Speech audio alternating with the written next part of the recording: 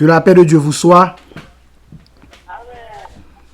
L'honneur est pour moi ce soir d'être votre prédicateur. Ça me donne toujours le chaud au cœur à chaque fois que Dieu me donne cette opportunité. J'ai dit merci à Dieu pour cette grâce infinie. J'ai dit merci aussi à toute l'Église.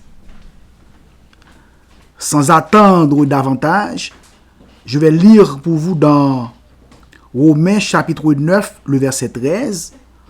Ensuite, dans Ésaïe chapitre 45, le verset 6 et 7. Je vais lire pour vous. Romains 9, le verset 13, qui dit « J'ai aimé Jacob et j'ai haï Ésaü. » Ésaïe 45, verset 6 à 7, qui dit, verset 6, « C'est enfin que l'on sache du soleil levant au soleil couchant, que hors moi, il n'y a point de Dieu.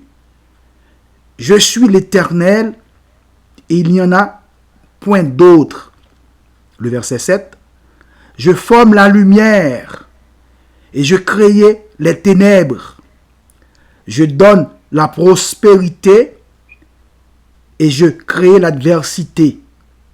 Moi, l'Éternel, je fais toutes ces choses. » Que Dieu bénisse cette portion d'écriture pour l'édification de l'âme de chacun de vous. Et le titre de cette étude ce soir est « La Bible se contredit-elle » Ce soir, on va faire une petite étude sur les contradictions apparentes dans la Bible. Dans des passages bibliques comme Romains 9, le verset 13, et Ésaïe 45, verset 6 et 7. Et un survol rapide sur l'écriteau cloué sur la croix de Jésus par les 4 évangiles. Romains 9, le verset 13, et Ésaïe 45, le verset 6 et 7, ce sont 3 versets sur lesquels reviennent toujours ceux qui prétendent que la Bible contient des erreurs ou des versets qui se contredisent. Il y en a plein, mais ce soir, on va prendre seulement 3. Romains 9, 13, Ésaïe 45, versets 6 et 7. Les contradictions de la Bible est un sujet dont l'homme s'est occupé à tout bout de champ.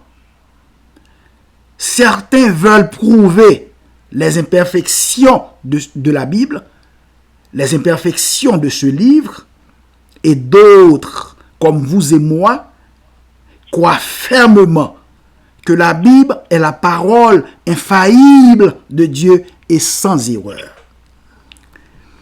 Il y a beaucoup, soi-disant, des prédicateurs qui proclament la parole de l'Évangile au nom de Jésus, mais ne croient pas fermement à la Bible.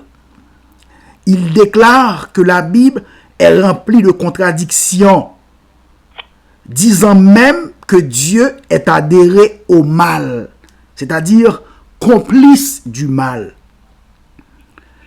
Ces prédicateurs mettent en doute la véracité de la parole de Dieu qui est la Bible, ce qui contamine la foi en Dieu. Parce que quand le doute est installé, la foi n'est plus là. Donc le doute est l'opposé de la foi, l'ennemi acharné de la foi. Des versets sur le doute. Jude 1er, le verset 22. Marc, chapitre 9, le verset 24. 1 Jean 5, le verset 13, etc. Mais mon préféré est Jean 11, le verset 40, qui dit, Jésus lui dit, ne t'ai-je pas dit, si tu crois, tu verras la gloire de Dieu. Jésus parlait à Marthe, la sœur de Lazare. À cause de ces méchants prédicateurs, certains chrétiens en sont même venus à douter de la véracité de la Bible. Il déclare par exemple que les 4 évangiles donnent 4 versions différentes sur l'écriteau cloué sur la croix de Jésus.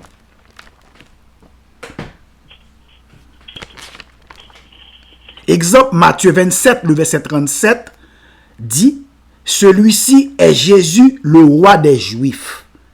Tandis que Marc, chapitre 15, le verset 26, écrit « Le roi des Juifs ».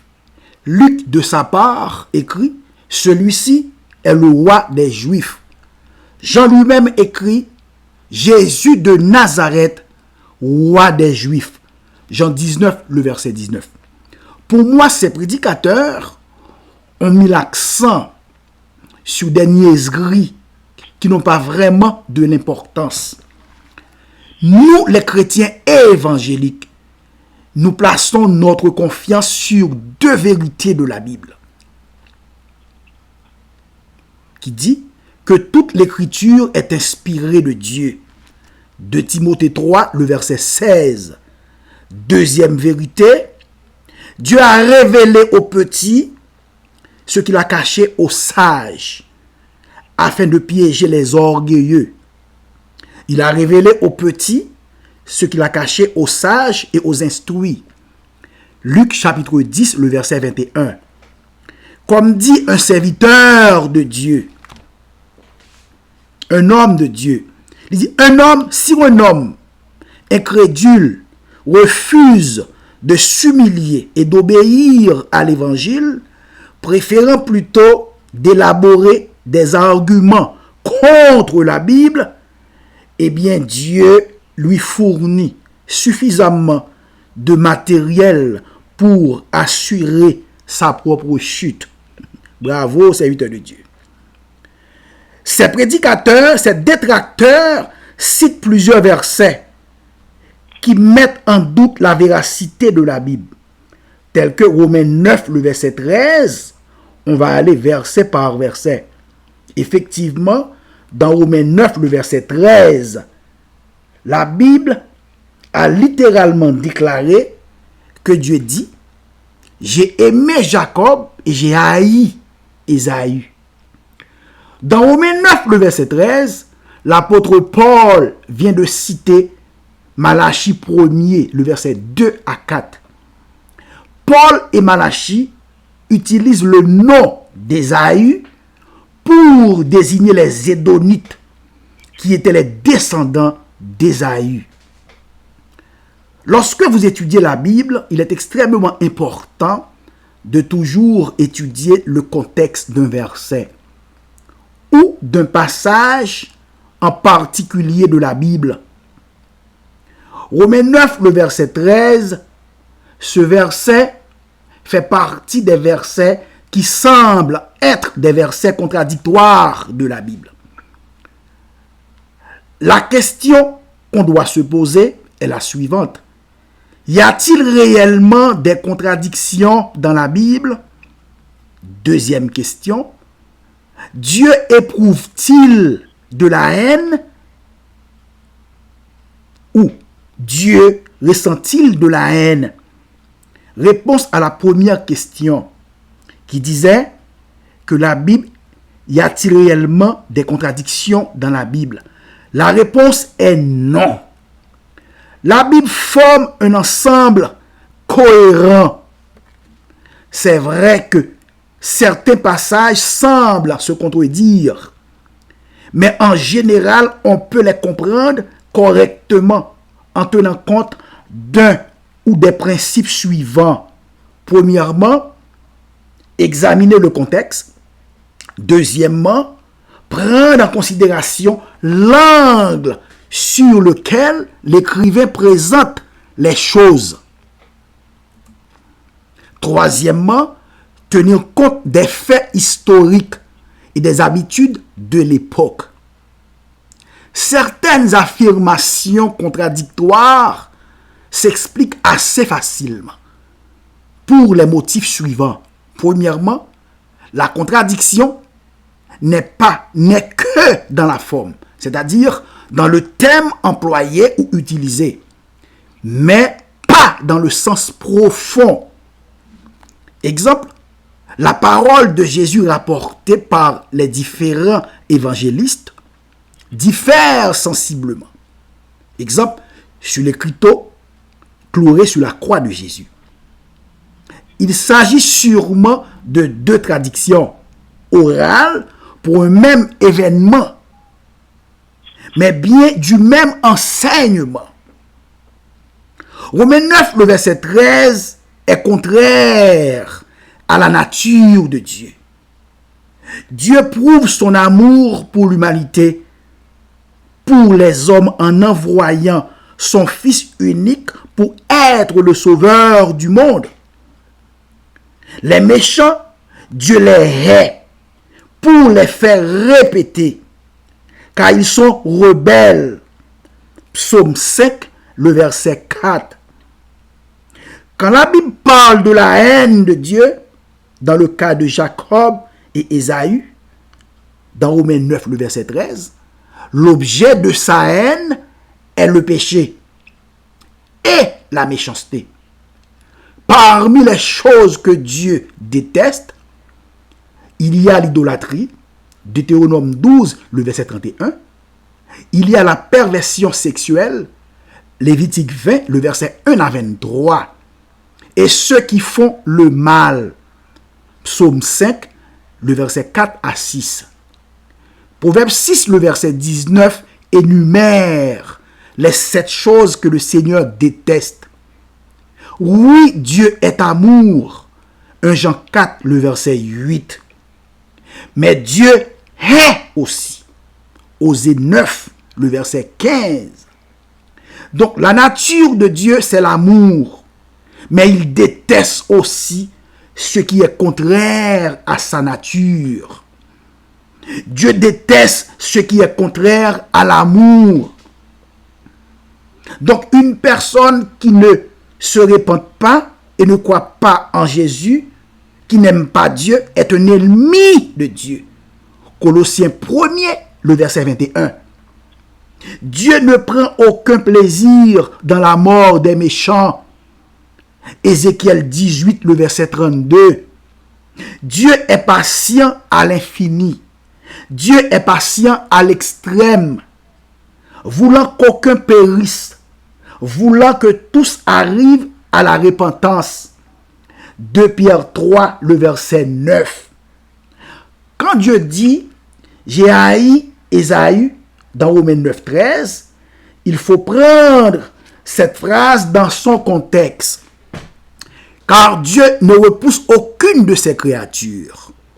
Mais à cause de son hostilité continuelle et de son mépris de Dieu, donc le peuple d'Ésaü, les Édonites, a été haï et rejeté. Au lieu de se courber devant Dieu, les descendants d'Ésaü ont choisi plutôt de refuser la parole divine. Et par leur orgueil, se sont attirés le jugement de Dieu. Notez bien, même sous le jugement sévère, les Édonites montrent leur nature révoltée. Ils méprisent la sanction divine, rejetant pour cela toute possibilité de grâce. Et Dieu les renversera de nouveau, et cela pour toujours. Ésaü, chasseur habile, il faisait souci que pour la nourriture. Vous pouvez le constater. Ésaü ne s'intéressait pas aux choses spirituelles. Dans tout le livre de la Genèse, Ésaü n'a jamais mentionné le nom de Dieu. Pourtant, Ésaü est le fils du patriarche Isaac, un grand homme dans l'histoire de la Bible, une référence biblique. Et tout ça me laisse à comprendre qu'on peut être à l'église et avoir tous les privilèges et ne jamais être à Dieu. Dans les pensées d'Ésaü, il n'y avait pas de place pour Dieu. Pourtant, Isaac le préférait à Jacob. Oui, Jacob est un menteur, un pécheur, qui a menti à son frère pour voler son droit d'aînesse. Et Rebecca, de sa part, préférait Jacob à Ésaü. De toutes les façons, Dieu avait annoncé d'avance à Rebecca que l'aîné à la personne d'Ésaü servirait le plus jeune qui est Jacob. Genèse 25, le verset 23. Donc Ésaü n'a pas été choisi pour être le père de son peuple tout simplement. C'est Jacob qui a été choisi, qui deviendra par la suite Israël. Vous connaissez l'histoire aussi bien que moi. Un beau jour, Ésaü revient de chasse, affamé, et il sent l'odeur du ragoût qui mijote dans la cuisine. Alors je vais mettre dans la peau, dans les pensées d'Ésaü. J'imagine qu'Ésaü ne peut résister devant le parfum du ragoût de Jacob.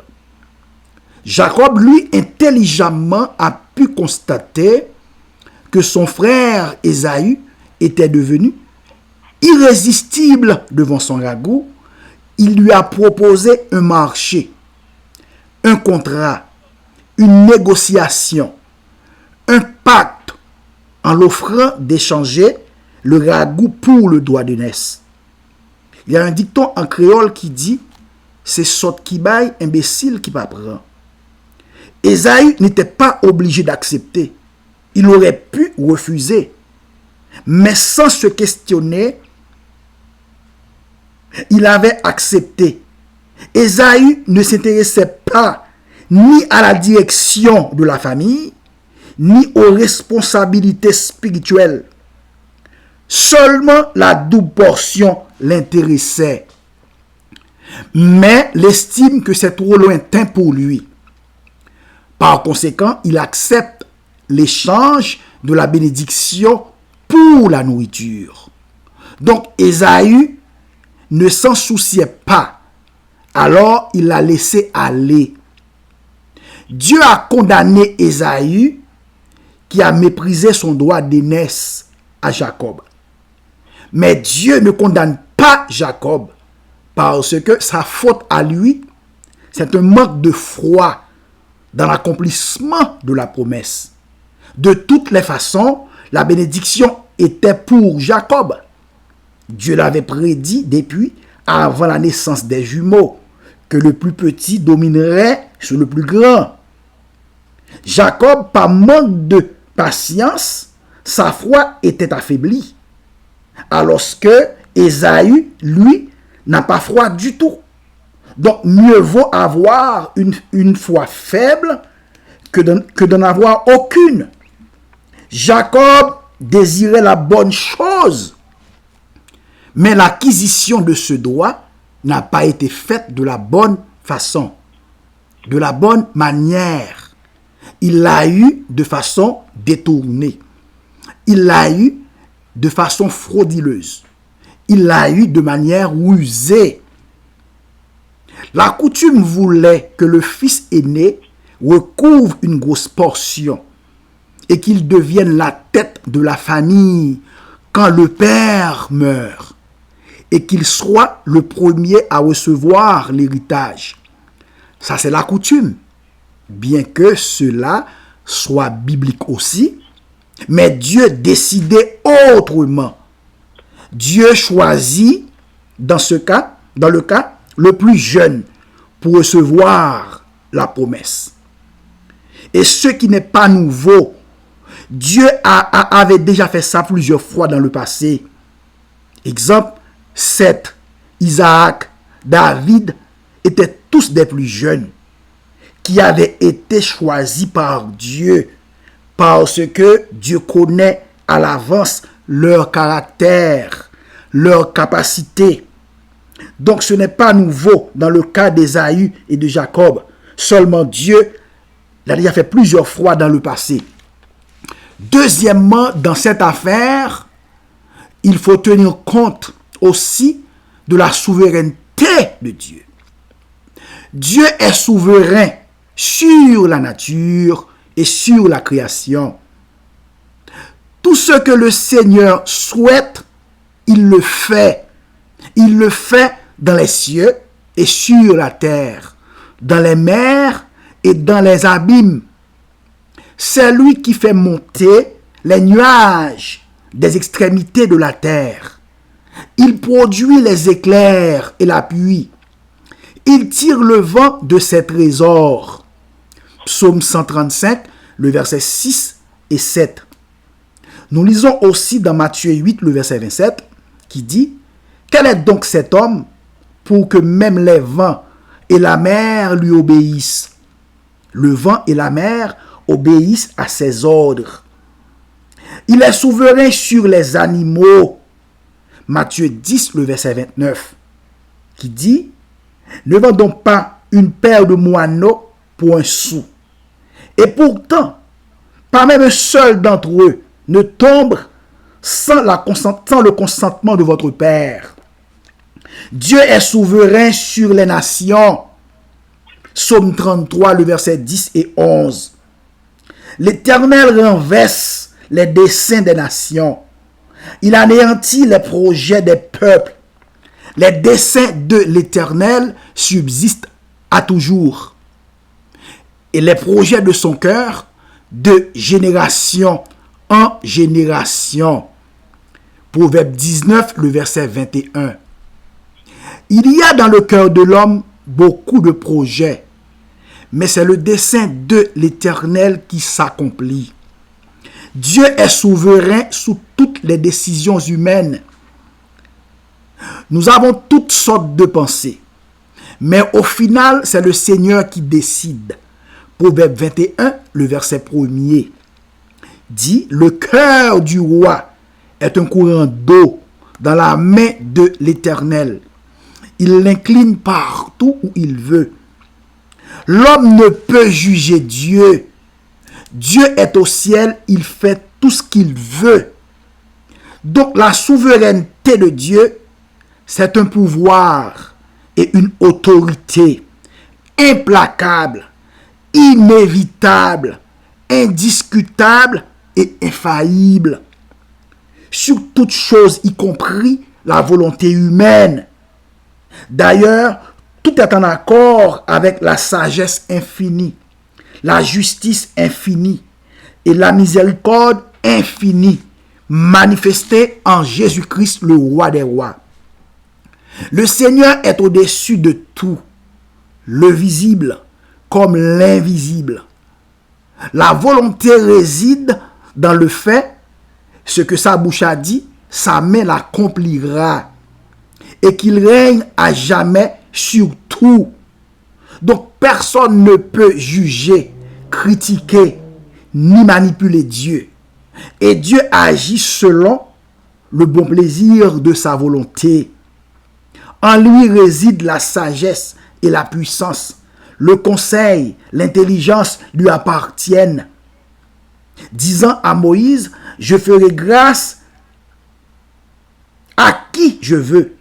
Donc le choix de Jacob était dans le plan de Dieu. Qui est l'homme pour juger Dieu? Ce que Dieu a connu d'avance, il les a aussi destinés d'avance. Tout ce que Dieu fait est bon et juste. Ses œuvres sont parfaites. Toutes ses voies sont justes. Il est fidèle et sans iniquité. Il est juste et droit. Tout ce que Dieu permet est nécessaire. Dieu est juste. Ça veut dire quoi? Ça veut dire qu'il est parfaitement juste en ce qui est de traiter ses créatures. Dieu est impartial. Actes des Apôtres, chapitre 10, le verset 4. Il a autorité contre le mauvais traitement des uns. Zacharie 7, le verset 10. Il exécute parfaitement la vengeance contre les oppresseurs. 2 Thessaloniciens 1er, le verset 6. Romains 12, le verset 19. Dieu est également juste en infligeant des punitions Celui qui agit injustement recevra le salaire de son injustice. Il n'y a pas de favoritisme en lui. Colossiens 3, le verset 25. Dieu est amour complet. 1 Jean 4, le verset 16. Dieu est la bonté totale. Psaume 106, le verset 1er. Dieu est la justice complète. Ésaïe 6, le verset 18. Notre Dieu est juste et il ne viole pas son propre code de justice en pardonnant à ceux qui en méritent les conséquences.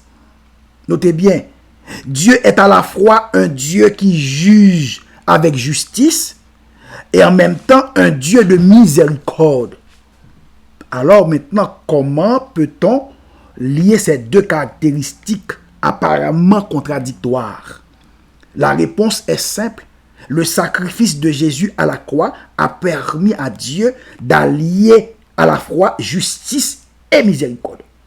La justice et la miséricorde de Dieu sont apparemment incompatibles, contradictoires. Après tout, la justice implique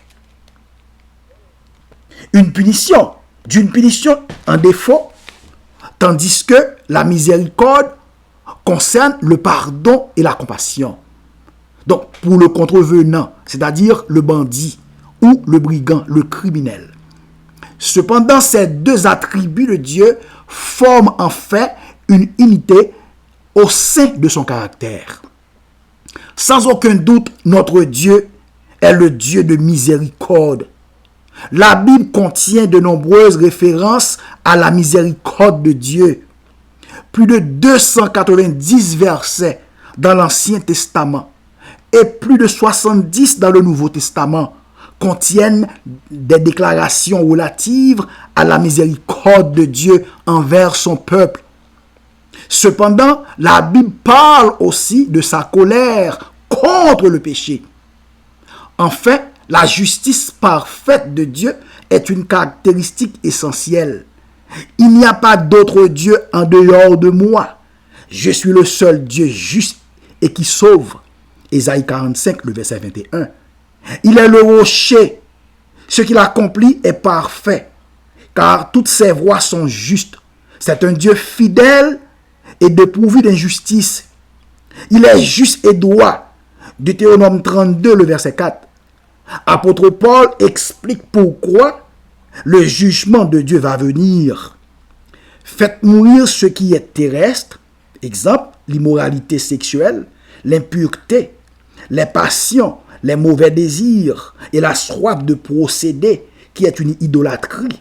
C'est à cause de cela que la colère de Dieu vient. Colossiens 3, le verset 5 à 6. On a terminé maintenant avec Romains 9, le verset 13. On va aborder tout de suite Ésaïe 45, le verset 6 et 7. Dieu adhère-t-il au mal? La réponse est non. Dieu n'est pas complice du mal.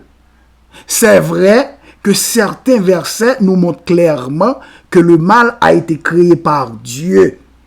Des versets comme Ésaïe 45, le verset 6 et 7, qui dit « N'est-ce pas de la bouche du Très-Haut que proviennent les maux et les biens ?» Et dans la Bible, ce meurtre est encore plus clair. Le verset 7 d'Ésaïe 45 dit « J'ai formé la lumière et créé les ténèbres. Je donne le bonheur et je créé le malheur. Oui, c'est moi, l'Éternel, qui fait toutes ces choses. » C'est vrai qu'il existe des passages de la Bible qui pencheraient vers une conception de Dieu où il lui arriverait de faire le mal, de faire du mal.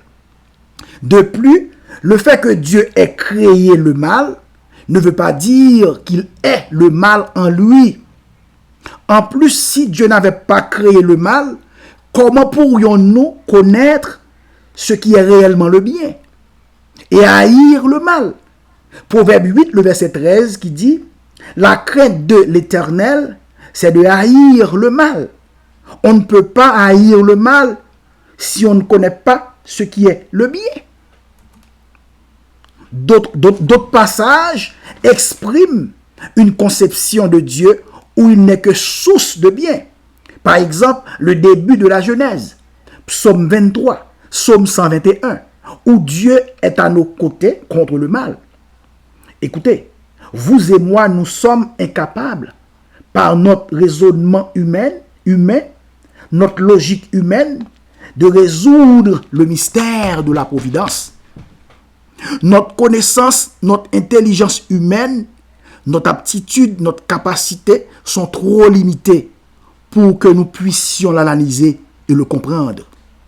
Comme dit Jacques 1er, verset 13, Dieu ne peut être accusé de pousser les êtres humains au mal. Chaque être humain doit être tenu pour responsable de ses actes. Chose à souligner, vous et moi, c'est Jésus qui nous a permis de mieux connaître Dieu. Personne n'a jamais vu Dieu, excepté Jésus qui est son Fils unique. C'est Jésus qui nous fait connaître Dieu. Jean 1er, le verset 8. Lorsque Jésus était sur la terre, envoyé par son Père, il a fait exactement ce que son Père lui avait demandé de faire. Jésus étant envoyé de son Père, Jésus n'a jamais frappé de maladie quiconque. Et dans 100% des cas, il a guéri le malade. Il a refusé de frapper de la foudre des méchants, disant que Dieu aimait ses ennemis et leur faisait du bien. Le plus rigoureux que Jésus ait fait était de dénoncer l'hypocrisie des chefs religieux et le commerce dans le temple de son Père. Donc, vous et moi, nous ne pourrions en déduire en Jésus que Dieu n'est que source de bien. Ce que nous savons, notre Dieu existe et ne peut être que bon et tout-puissant. Dieu est souverain et rien d'autre ne pourrait exister en dehors de lui. Il n'y a pas de Dieu, un pour le bien et un autre pour le mal. Notre Dieu est un et indivisible. Dieu est bon en tout temps. Il est au milieu de toutes circonstances. Notre Dieu n'est pas complice du mal. 1 Pierre 3, le verset 9 dit, « Ne rendez pas le mal pour le mal. N'insultez pas pour insulter. Au contraire, bénissez vos ennemis. »